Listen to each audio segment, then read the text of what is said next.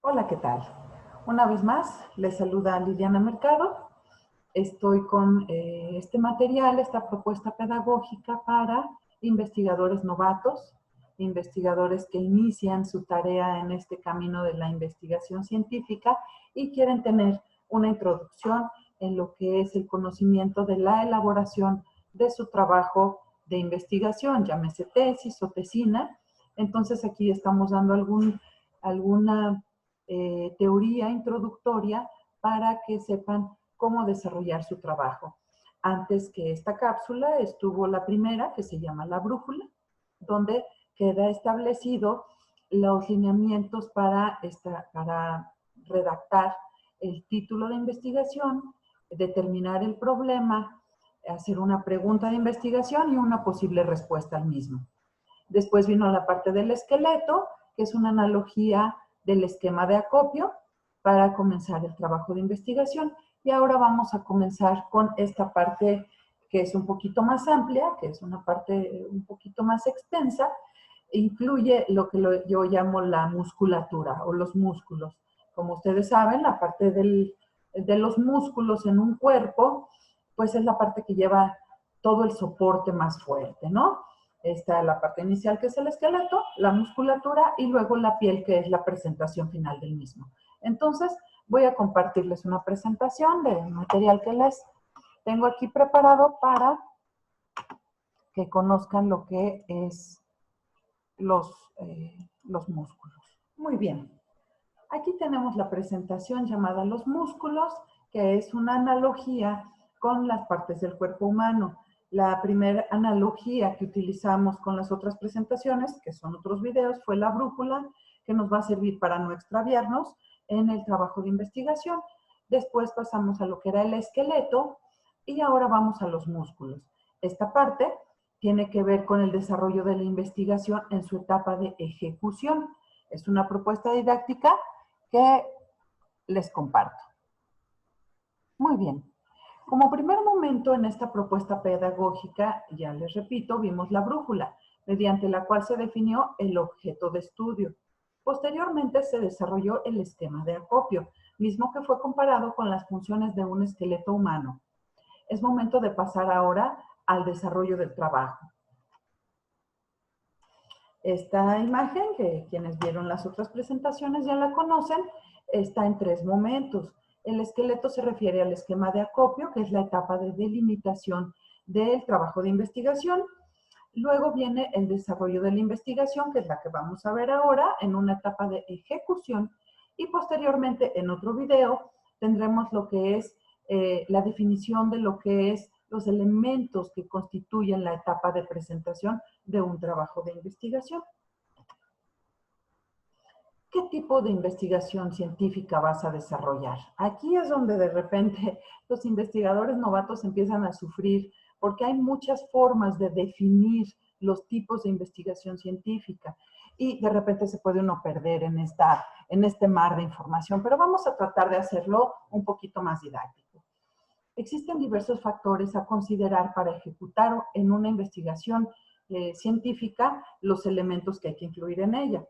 Recuerda que si sientes que estás aplastado por la información, puedes fragmentar los elementos de tu objeto de estudio para estudiarlos de manera separada. Por eso te puse aquí una imagen de un rompecabezas. Primero te sientes agobiado porque sientes que cargas el mundo, luego te ahogas en un mar de información, pero en lugar de estresarnos y alarmarnos, vamos a hacerlo pedacitos y vamos a analizar cada uno de esos fragmentos hasta que después podamos conjuntarlos y tener nuestra investigación lista.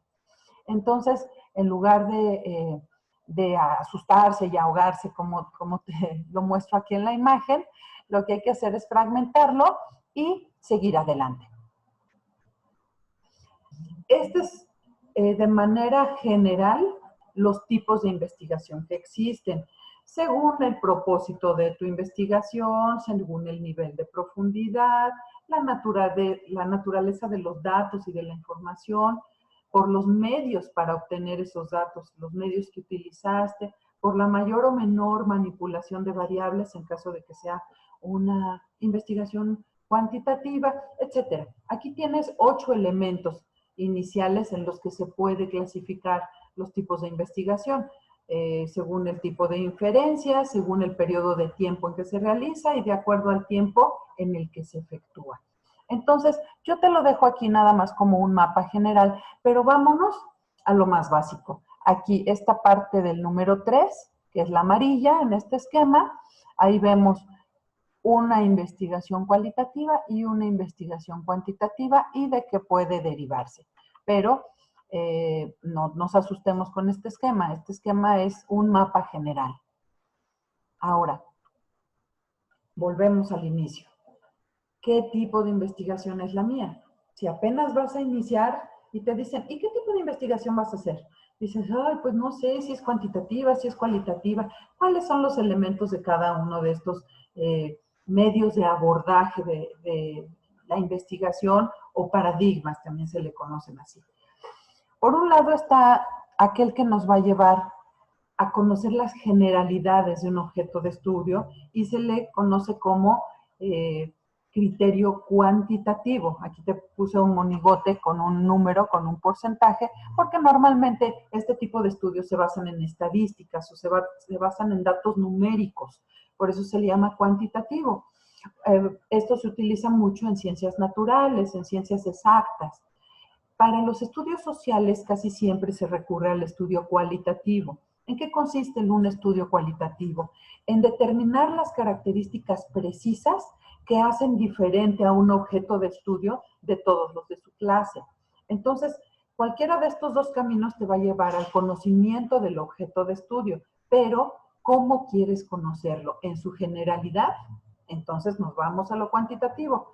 En sus detalles particulares, en esos detalles que lo hacen único, entonces nos vamos a una investigación cualitativa. Esto es de manera general. De repente hay investigaciones mixtas y todo eso, pero en este momento lo único que tienes que saber es la diferencia entre una forma de conocer a tu objeto de estudio y la otra.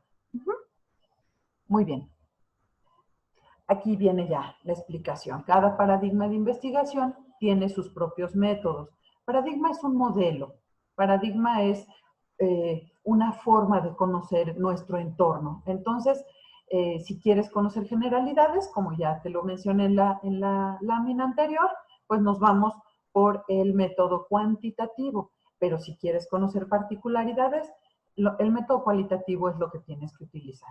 Aquí te puse también 2 imágenes. En esta donde están platicando los muñequitos, y si puedes ver, uno de los muñequitos, su cuadro es diferente a los de los demás. Este también es cuadrado, este es redondo, pero este que tiene una nube, pues lo hace diferente. Eso sería un estudio parecido, digamos, una analogía con lo que es el estudio cualitativo.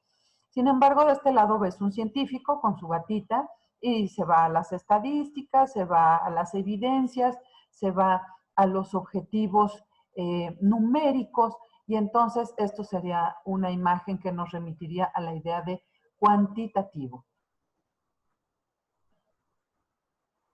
Una vez que has elegido el tema de abordaje de tu objeto de estudio, lo que tienes que tomar en cuenta son los elementos que corresponden a esa elección que hiciste. No se puede ejecutar una investigación del ámbito cuantitativo con elementos cualitativos. Te puedes apoyar en algunos, pero acuérdate que cada paradigma de investigación tiene sus propias formas de abordar el problema. Entonces, elige tu forma de investigación, que puede ser cuantitativa o cualitativa, y enfócate en las técnicas, herramientas, procedimientos e instrumentos que tiene este tipo de paradigmas. Estas láminas, pues tú las puedes repetir o las puedes analizar con más calma, pero me gusta apoyarme mucho en el material visual. Y aquí te pongo en este cuadrito, pues algunas de las técnicas de recogida de datos. Por ejemplo, si tú vas a hacer un estudio cuantitativo, pues tendrás que buscar referencias estadísticas, las técnicas que se utilizan en ese paradigma y todo, pero si quieres hacerlo de manera cualitativa, seguramente tendrás que irte a entrevistas. irte a conocer a la persona o al objeto de estudio que vas a investigar. Después comenzamos ya con lo que es la elaboración del trabajo. Voy a poner la imagen de la cámara de este lado para que puedas apreciar aquí la calaquita que está vigilándote. Y estos elementos del cuadro verde son los elementos que conforman lo que es el esqueleto general de tu trabajo de investigación. En cada uno, a partir de este momento, vas a ir viendo en rojo lo que vamos a ir describiendo con la lámina informativa del lado izquierdo. Entonces, vamos a comenzar por la portada. Sin importar el tipo de abordaje que hagas, comienza a llenar poco a poco el esqueleto, este esquema de acopio que tienes. Comenzamos por la portada. La portada de un reporte de investigación es la cara, es como en la persona, como lo vimos en la presentación anterior del esqueleto, es la cara, es la cabeza de tu trabajo. En esta portada hay unas características mínimas que tienes que incluir. La cara de tu trabajo debe poner imágenes, datos institucionales, los personales y el lugar y la fecha en las que realizaste tu trabajo de investigación. A petición de tu escuela debes poner el escudo de la misma. En la parte superior, a veces la escuela te dice si va en el ángulo superior derecho o en el ángulo superior izquierdo. En el caso de algunas escuelas que son muy grandes y que tienen muchas facultades o escuelas superiores, se utilizan dos escudos, el de la institución general y el de la escuela. Entonces, en ese caso se utilizan dos escudos, ¿no? Uno de cada lado, pero normalmente la escuela te da tu hoja de instrucciones para los requisitos con el formato que te está solicitando de manera específica cada escuela, ¿no? En esta portada, generalmente, no importa la escuela a la que pertenezcas, tendrá que ir el escudo o logotipo de tu escuela, de tu universidad. Deberán ir tus datos personales, tu nombre, la especialidad que estás estudiando, el grado académico al que aspiras. Normalmente un trabajo de investigación se utiliza en estos casos para titularte de licenciatura o de algún posgrado y debe ahí decir el grado al que aspiras. Debes también poner el nombre de tu asesor de tesis o de tu asesor de trabajo de investigación y el lugar y la fecha donde se llevaron a cabo. De este lado pongo algunas imágenes complementarias para tratar de mostrar el formato. Casi siempre una portada se pone con los datos centrados y en el ángulo superior izquierdo o derecho, a petición de tu escuela, el escudo y los márgenes o el sello de agua que la escuela te esté solicitando. Después nos vamos a lo que es el índice de la introducción. El índice es el que indica, ya sea en los dedos de la mano o en un trabajo de investigación.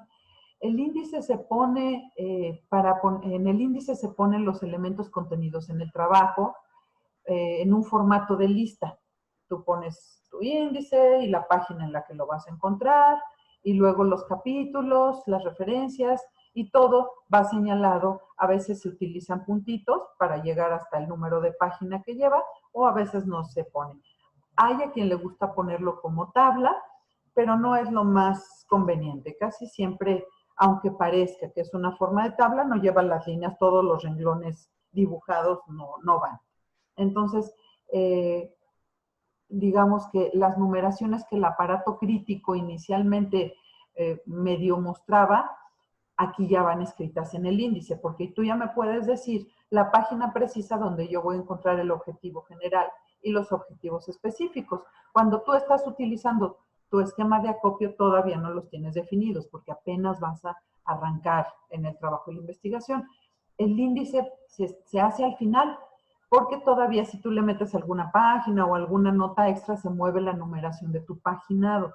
Entonces el índice se tiene que elaborar muy parecido al esquema de acopio, pero ya con la paginación última del trabajo de investigación.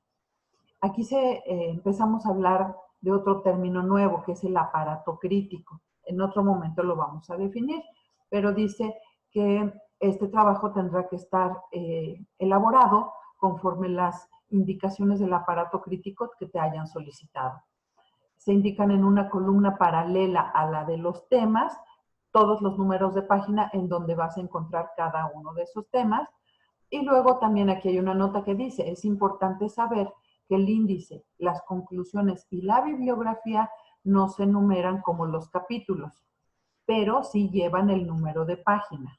Es decir, en la columna derecha donde están todas las páginas en donde encuentras cada tema, sí estará establecida la página donde encuentras cada uno de estos elementos, pero no van numerados en la parte indicativa del índice, ¿no? En la parte de los temas no llevan numeración estos elementos específicamente. Luego viene la introducción. Dice, debes comenzar a elaborar tu definición del problema, el tipo de abordaje que harás del mismo y cómo piensas resolverlo. Con la descripción general de esos elementos tendrás lista tu introducción. La redacción de la introducción y la de todo el documento deberá hacerse de una manera formal e impersonal. El lenguaje científico es descriptivo, objetivo, completo y concreto. ¿Qué quiere decir una redacción impersonal? Tú no vas a escribir, esta investigación la hice porque me interesaba reconocer los problemas que existen en el tema que estés usando. Tú no dices yo hago, yo investigo, yo quiero. La redacción tiene que ser así. Este trabajo de investigación está elaborado con la finalidad de resolver estos problemas. Ajá, eso es hacer una redacción de tipo impersonal. Tú no te incluyes dentro del trabajo. Incluso las imágenes que lleguen a ser de tu autoría, se establece el pie de imagen o el pie de gráfica y ahí pones quién la elaboró, pero siempre de manera impersonal. No dicen, esta gráfica yo la hice, así no se escribe en un trabajo de investigación científica. Se pone elaboración propia del autor o también se puede poner el nombre del autor. Dependiendo del estilo de aparato crítico que hayas elegido o que te hayan solicitado, será como pones los pies de página, pero en ningún momento hablas de ti mismo, no te incluyes, no eres un narrador participativo. Ajá. Entonces, aquí tenemos ya definido lo que es nuestro índice y nuestra introducción. Vamos a ver la siguiente lámina. Esta lámina tiene que ver con el diagnóstico. Incluye los elementos que el investigador detecta como causa del problema. Aquí tú tienes que explicar qué es lo que está mal. Tienes que explicarle a tu lector qué es lo que detectaste desde tu especialidad profesional que está mal en alguno de los elementos que planteas. En este caso, planteas cuáles son los problemas que presenta el objeto de estudio. Entonces, das el diagnóstico.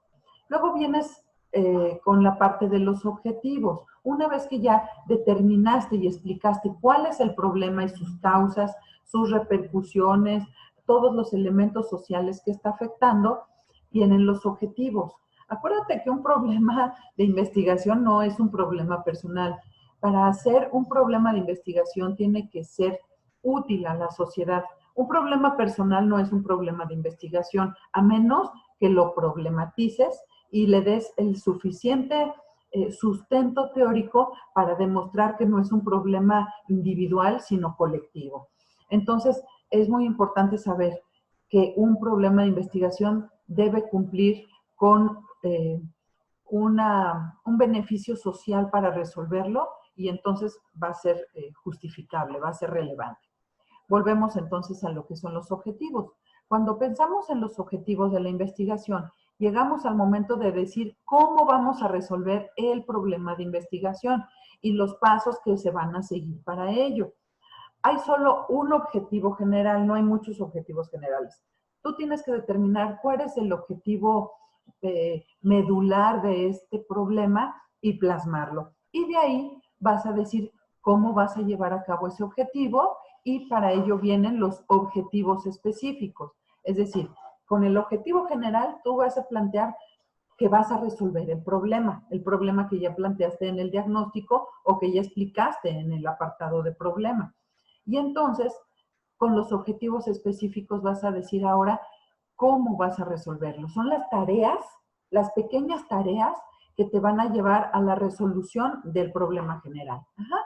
Entonces, estos son los objetivos, el objetivo general, que es uno, y los objetivos específicos, que pueden ser varios, pueden ser desde 2 hasta 10 o más, dependiendo de cómo vayas tú delimitando las tareas que vas a llevar a cabo para resolver el problema de investigación. Luego viene la justificación. La justificación es aquella parte del trabajo de investigación que detalla la importancia social de resolver el problema de investigación. Explica los beneficios que traerá la investigación y las posibilidades de mejora que se obtendrán de ella. En la justificación tú tienes que decir por qué vale la pena realizar este trabajo. Entonces, aquí vas a decir a quiénes va a beneficiar, los costos que va a tener en tiempo, en recursos, en personas, esta investigación y a dónde piensas llegar con ella. Entonces, la justificación también es una parte importante de tu trabajo de investigación y va después de los objetivos y del diagnóstico. Luego viene la parte efectiva de todo esto, ¿no? Bueno, todos los elementos son importantes, pero aquí viene ya lo que es el marco contextual primero, que es lo que nos va a poner en tiempo y lugar. Aquí por eso elegí esta imagencita donde estamos en un lugar y en un tiempo, digamos aquí representado por un reloj.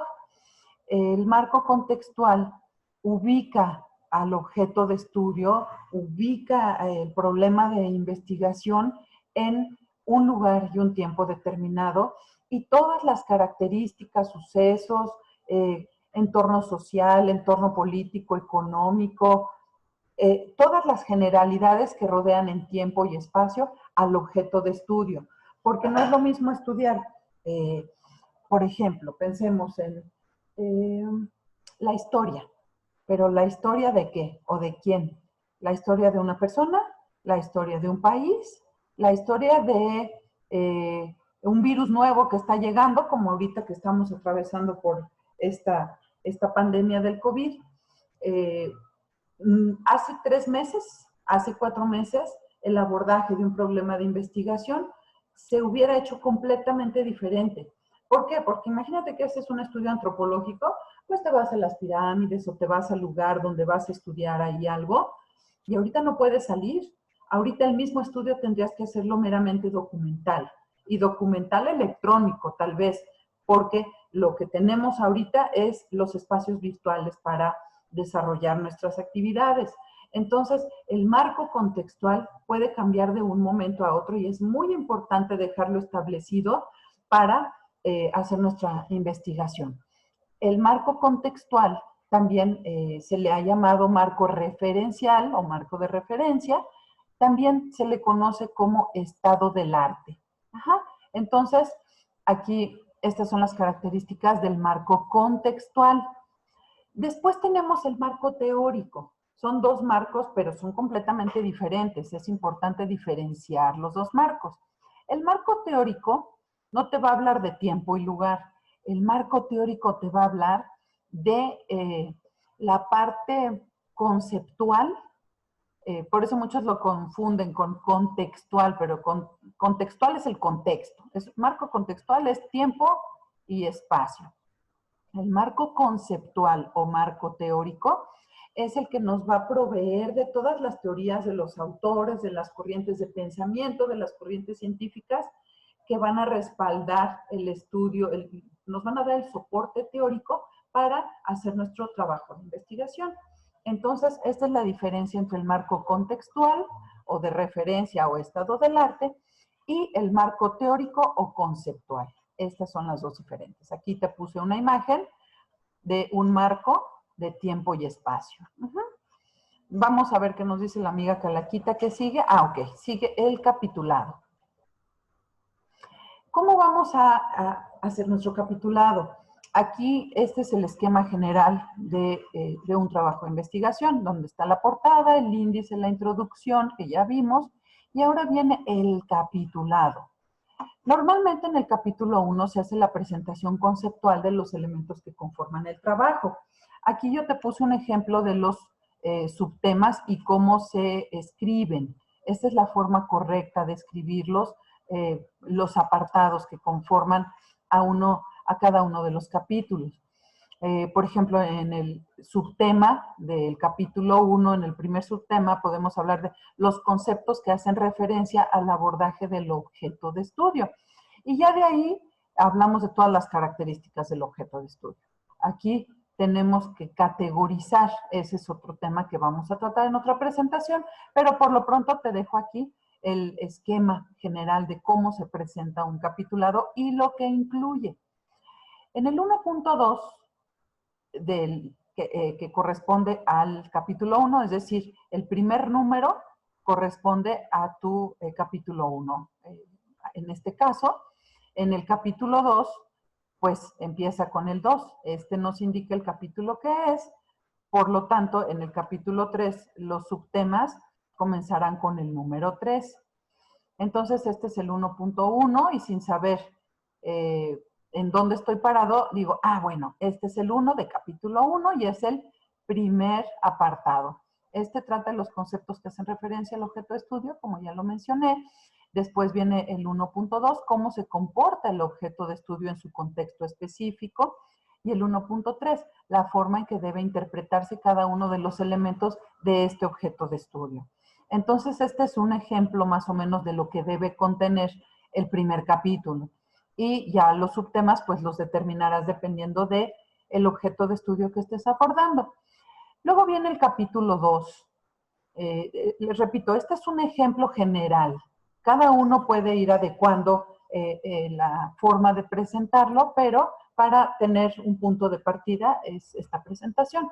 El capítulo 2 muestra la problemática y sus repercusiones. En el capítulo 1 ya dijiste cuál es tu objeto de estudio, sus características, cómo se comporta, cuál es el problema, etc. Y luego viene el capítulo 2, la problemática y sus repercusiones. Es decir, tú estás detectando que hay un problema que afecta socialmente a varios grupos o a una sociedad completa, y entonces el capítulo 2 habla de la problemática y sus repercusiones. ¿Por qué resulta un problema el estado actual del objeto de estudio? ¿Cuáles son las consecuencias de este problema? Desde tu especialidad profesional, ¿cómo se puede resolver el problema? Y entonces viene el capítulo 3, las alternativas de mejora, el desarrollo del plan de acción, los elementos propuestos y sus alcances, y la obtención de los resultados. Una vez que los obtienes, los analizas, que ya es uno de los últimos apartados, el análisis de resultados, y de ahí pasamos a las conclusiones. Y al final siempre, siempre, siempre debemos incluir nuestras fuentes consultadas que le dan soporte teórico a nuestro trabajo de investigación. Aquí arriba dice, el capitulado muestra el contenido fuerte o la musculatura del trabajo de investigación. Muy bien, vamos al siguiente apartado. Aquí nos sigue vigilando nuestra amiga Calaquita, muy interesada en este trabajo. Y acá, bueno, la imagen de este lado es una musculatura que hace la referencia al capitulado. Luego viene lo que es el análisis de resultados, en donde vamos a someter a una reflexión y a un análisis exhaustivo los resultados obtenidos. Con ese análisis de resultados nosotros podemos decir si cumplimos los objetivos o por qué no se cumplieron algunos objetivos de la investigación, o si encontramos algo diferente a lo que esperábamos encontrar en un inicio. Entonces, aquí se hace principalmente una evaluación con este análisis de resultados. Y luego viene la propuesta de solución. Una vez que ya desarrollaste, que ya expresaste, que ya plasmaste todo lo que fue tu investigación, haces tu propuesta de solución como especialista en el área de trabajo.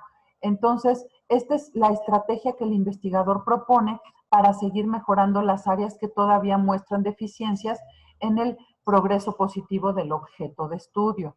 Es decir, lo que tú quieres con esto es resolver finalmente el problema de investigación, darle un final feliz, ¿no? A veces el final no es feliz, pero es un final, es un avance para la ciencia y tú lo tienes que registrar. Por último, vamos a lo que son las conclusiones. Las conclusiones tienen que ver con las apreciaciones del investigador. Aquí es donde el investigador emite sus apreciaciones sobre todo el proceso de investigación y los resultados obtenidos. A la descripción de estas apreciaciones se les llama conclusiones. Es finalmente la savia que va a emitir de tu trabajo de investigación. Posteriormente se ponen las fuentes consultadas.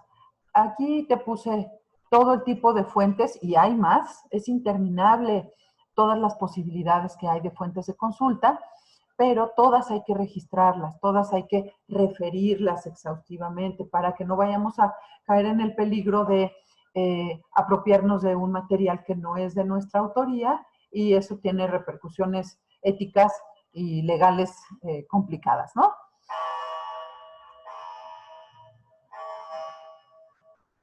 Muy bien, el reloj marca las 3 y vamos a lo que son las fuentes consultadas.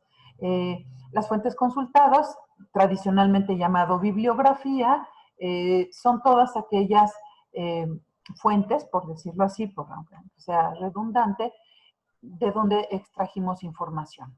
Las hay vivas y las hay documentales o inertes, ¿no? No son fuentes vivas y fuentes muertas, son fuentes vivas y fuentes inertes. Entonces, aquí tenemos, por ejemplo, la fotografía de un antropólogo que está recogiendo evidencias directas del lugar donde se tienen los hallazgos. Esta es una fuente del lugar, una fuente antropológica. Tenemos las fuentes documentales o bibliográficas, que en este caso son los libros. También puede ser hemerográficas, que son las revistas y los periódicos. Pueden ser pictográficas, de una fotografía, de una pintura. Tú puedes obtener datos. Por ejemplo, si vamos a esta,